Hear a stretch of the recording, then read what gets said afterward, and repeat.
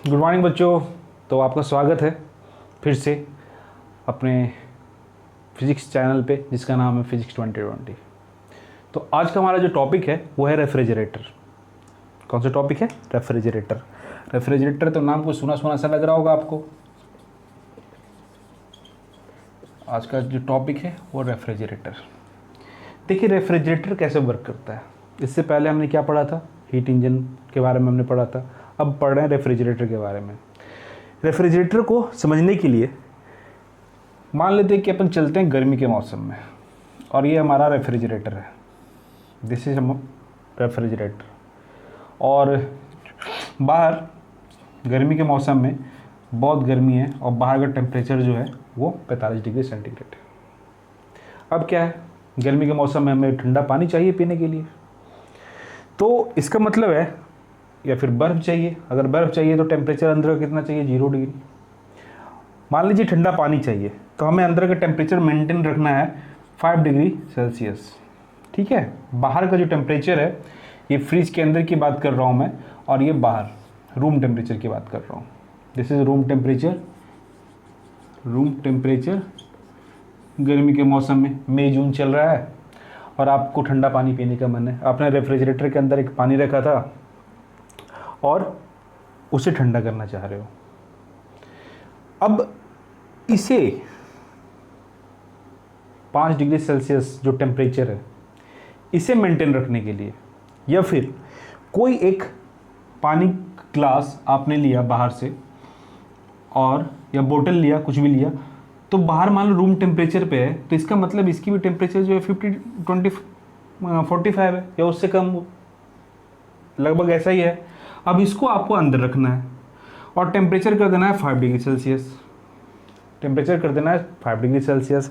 जब आपने इसके अंदर रखा फ्रिज के अंदर, तो पहले से इसका कुछ टेम्परेचर कम है। अब क्या करना है कि इसकी टेम्परेचर को और कम करना है, यानी कि इस वाले फ्रिज से हीट आपको निकालना है। बात आप समझ रहे हो? रेफ्रिजरेटर में क्या होता है? रेफ्रिजरेटर में आपने देखा होगा कंडेंसर कंप्रेसर लगा होता है। नीचे एक छोटा सा होता है ना, मतलब बिल्कुल फ्रिज के नीचे में साइड में ब्लैक कलर का, तो कंप्रेसर लगा होता है। ठीक है। तो वो क्या है कि मान लीजिए कि आपके पास जो फ्रिज है, आप इसको इस तरह से समझिए कि आपके पास जो फ्रिज है उसमें आपने पानी का एक बोतल रखा है जिसको आपको टेम्परेचर, मतलब ठंडा पानी चाहिए पीने के लिए। तो इसका मतलब है कि आपको टेम्परेचर कम करना है। अब उसी फ्रिज से, यानी कि मान लीजिए कि यहाँ पे कि कूलर बॉडी है मतलब, और ये हॉटर है, तो अब एनर्जी का ट्रांसफ़र कैसे होना है? Cold body to hot body में।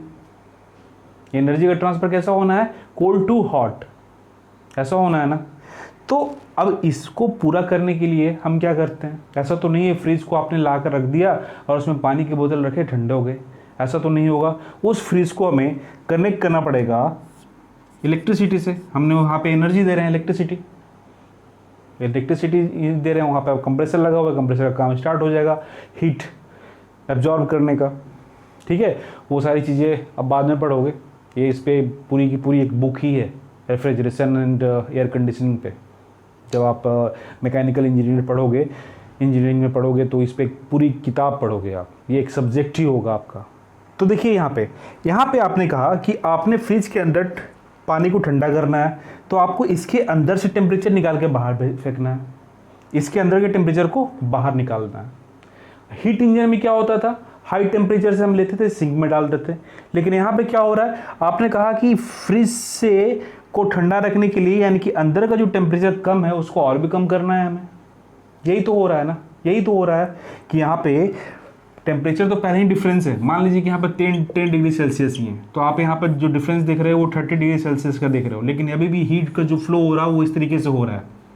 हीट का जो फ्लो हो रहा है वो cold body to hot body हो रहा है। क्यों हो रहा है? क्योंकि हमने यहाँ पे इस पर काम कर रहे हैं, हमने इसको एनर्जी दे रखा है, वो इसी एनर्जी से ये काम कर रहा है कि यहाँ से हीट को बाहर निकाल रहा है, रिजेक्ट कर रहा है, बाहर को बाहर की तरफ निकाल रहा है ना।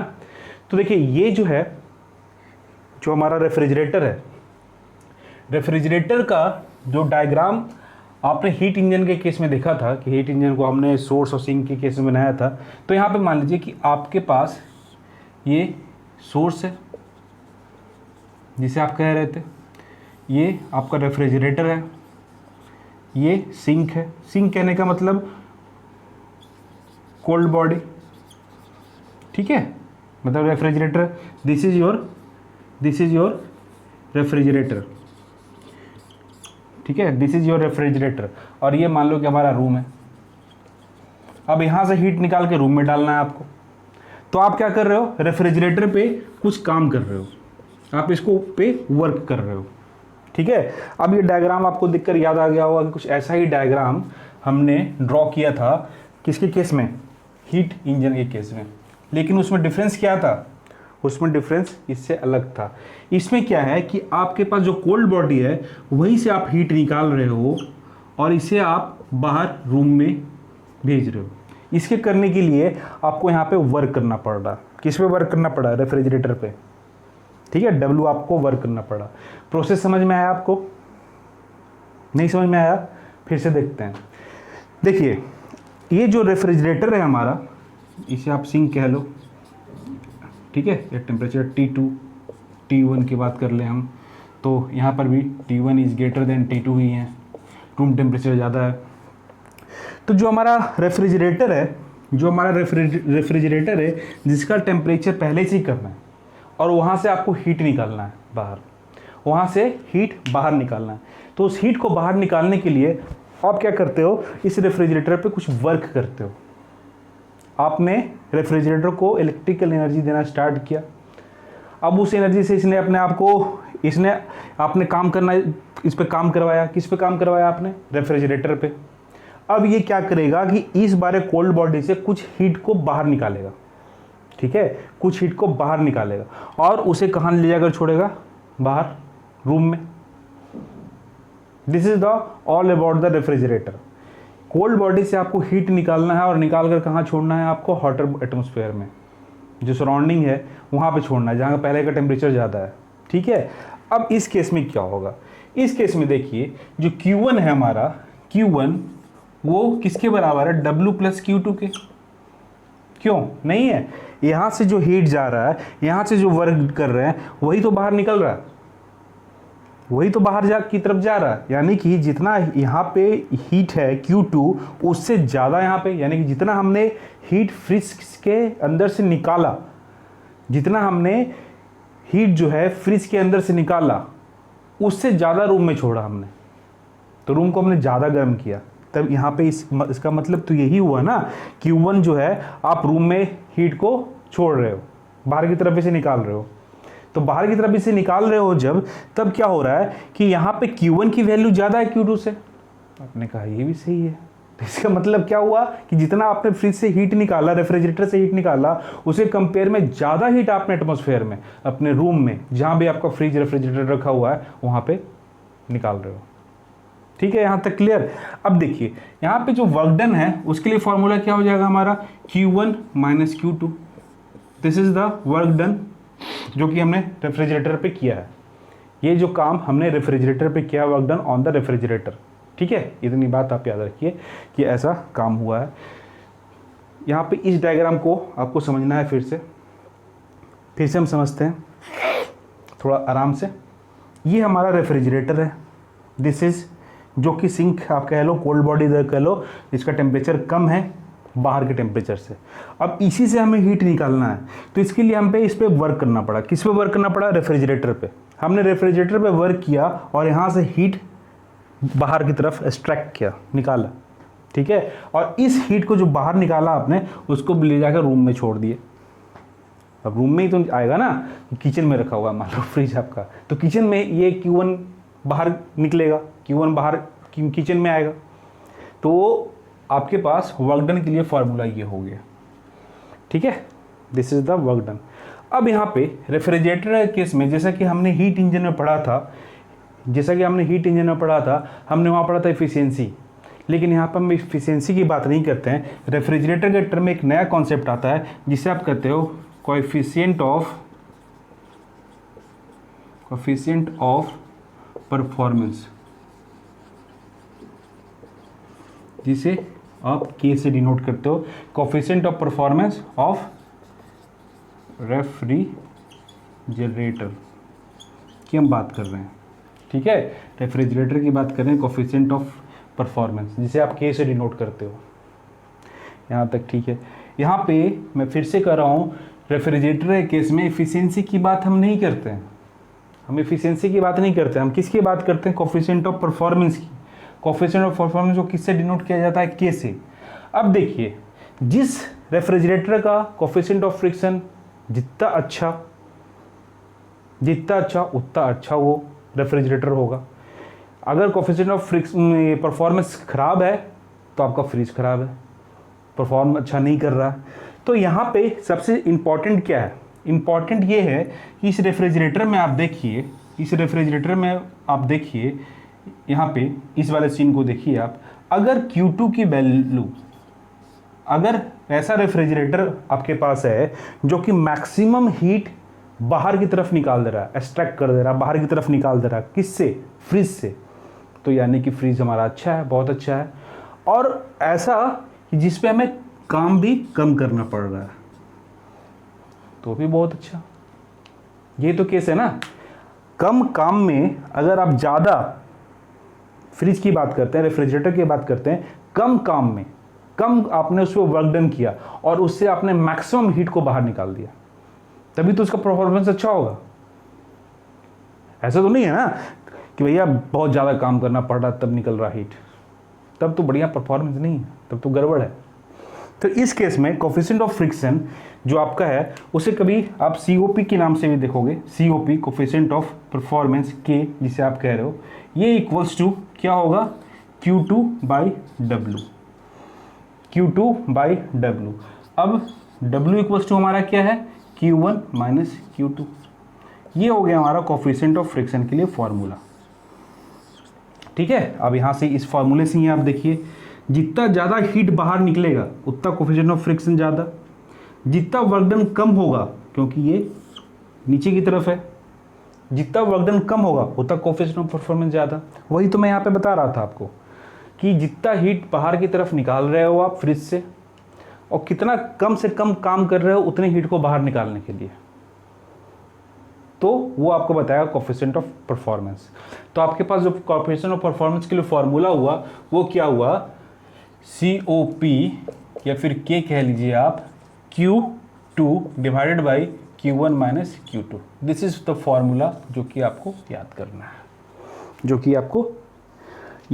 है, तो चलिए ये तो आप याद कर लीजिएगा।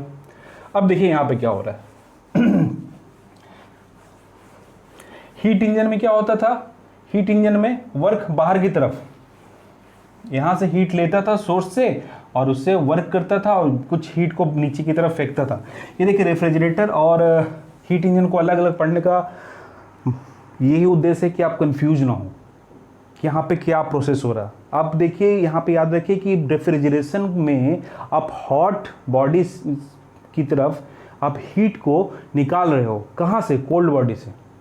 फिर से आप रेफ्रिजरेटर में कोल्ड बॉडी जो है वहाँ से हीट निकाल कर कहाँ फेंक रहे हो, हॉट बॉडी में, ठीक है।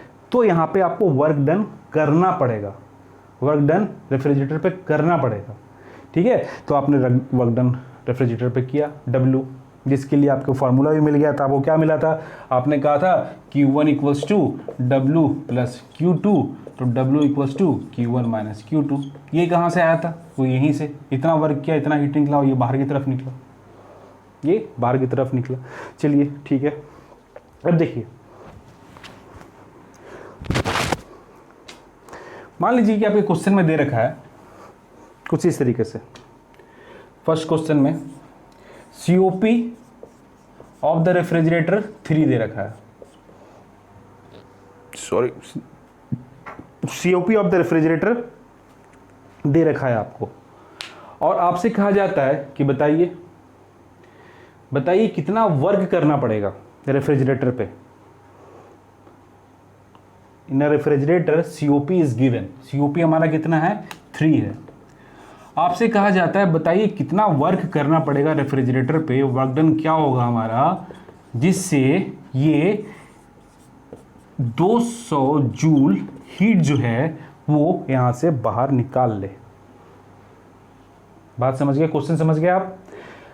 क्वेश्चन में ये कहा जा रहा है कि किसी भी रेफ्रिजरेटर का सीओपी दे रखा है, ठीक है, किसी भी रेफ्रिजरेटर का सीओपी दे रखा है और आपसे कहा जाता है कि बताओ उस पर कितना काम करना पड़ेगा कि हम 200 जूल इससे बाहर निकाल पाएँ, 200 जूल बाहर निकाल लें। तो अभी आपने देखा सीओपी इक्वल्स टू क्या लिखते हैं, सीओपी के इक्वल्स टू क्या, जितना हीट आप बाहर निकालते हो, ठीक है, और जितना उस पर वर्क डन है। तो इसकी वैल्यू कितनी दे रखी है सीपी की 3। अब हमें क्यू 200 वर्क डन डब्ल्यू, यही तो है, और वर्क डन हमें कैलकुलेट करना है। तो वर्क डन इक्वल्स टू क्या हो जाएगा 200 divided by 3, 200 divided by 3 66.67 joule. इतना काम करना पड़ेगा हमें, तब जाकर 200 जूल निकलेगा बाहर हीट, 200 जूल हीट बाहर निकलेगा। क्वेश्चन समझ गए? फिर से मैं बता रहा हूँ, आपके क्वेश्चन में दे रखा है सीओपी, कोफिशिएंट ऑफ परफॉर्मेंस दे रखा है किसका, रेफ्रिजरेटर का। कोफिशिएंट ऑफ परफॉर्मेंस होता है किसके, रेफ्रिजरेटर के केस में। और आपसे कहा जाता है बताओ इस पर कितना काम करना पड़ेगा भाई, कि जबकि ये 200 जूल बाहर हीट निकाल ले। तो ये आपके पास फार्मूला पहले से भी है और आप सीओपी का फार्मूला जानते हो, तो आप कहोगे कि 200 जूल फ्रिज से बाहर निकालने के लिए हमें 66.67 जूल काम करना पड़ेगा। किस पे, रेफ्रिजरेटर पे। बहुत अच्छे, चलिए सेकंड क्वेश्चन देखते हैं। सेकंड क्वेश्चन में आपको दे रखा है Q1, आपको दे रखा है कि वर्क डन जो है हमारा, हम इतना वर्क कर रहे हैं रेफ्रिजरेटर पे, तो हीट जो है हमारा Q2 इतना हीट निकल रहा है, ठीक है। जो हमने वर्क किया, इस क्वेश्चन को थोड़ा डिफरेंट कर लेते हैं। हमने कहा कि हमने जो वर्क किया इस पे रेफ्रिजरेटर पे, उससे जो हीट निकला Q1 जो कि बाहर रूम पे इजेक्ट हुआ, ठीक है, उसकी वैल्यू दे रखी है, इन दोनों की वैल्यू। और आपसे कहा जाता है कि बताइए इसका कोफिशिएंट ऑफ परफॉर्मेंस क्या है, बताइए इसका कोफिशिएंट ऑफ परफॉर्मेंस क्या है। अब देखिए यहाँ पे कैसे सॉल्व करेंगे। आपने कहा कि मान लो कि हमने वर्क किया 100 जूल और ये बाहर जो निकला वो निकला 300 जूल, ठीक है, बाहर जो निकला वो निकला 300 जूल। तो आपके पास जो फॉर्मूला है आपको याद होगा, आप कहते हो Q1 इक्वल्स टू, इस फॉर्मूले से Q1 equals to W plus Q2। तो W इक्वल्स टू आप कहते हो Q1 माइनस Q2, यही तो होता था ना। तो अगर यहाँ से Q2 की वैल्यू आपको कैलकुलेट करनी हो तो Q2 इक्वल्स टू हो जाएगा हमारा क्या, Q1 माइनस W। तो Q1 की वैल्यू कितनी है 300, Q2 की वैल्यू कितनी है 100, तो ये हो गया 200 जूल, ठीक है। और आपसे कहा जाता है बताओ इसका COP कितना होगा, COP कोफिशिएंट ऑफ परफॉर्मेंस कितना होगा। तो आपको पता है इसके लिए फॉर्मूला क्या है, Q2 बाई W।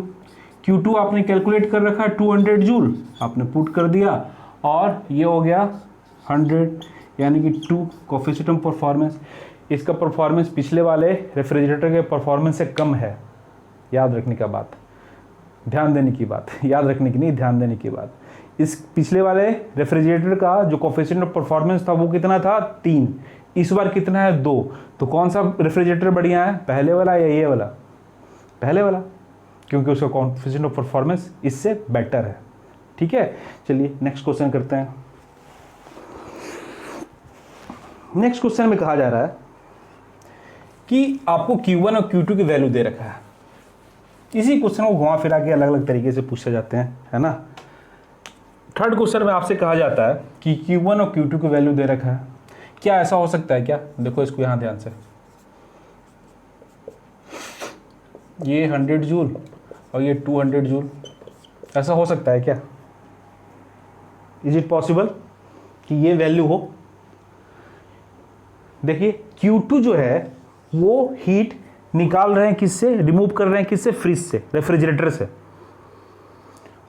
अब इस पे कुछ काम भी करना पड़ेगा, जो काम इस पे आप करोगे ये और प्लस ये वो इसके बराबर होगा। तो यहाँ पे तो Q1 की वैल्यू इससे भी छोटा है, तो दिस इज़ नॉट पॉसिबल, ये पॉसिबल है ही नहीं।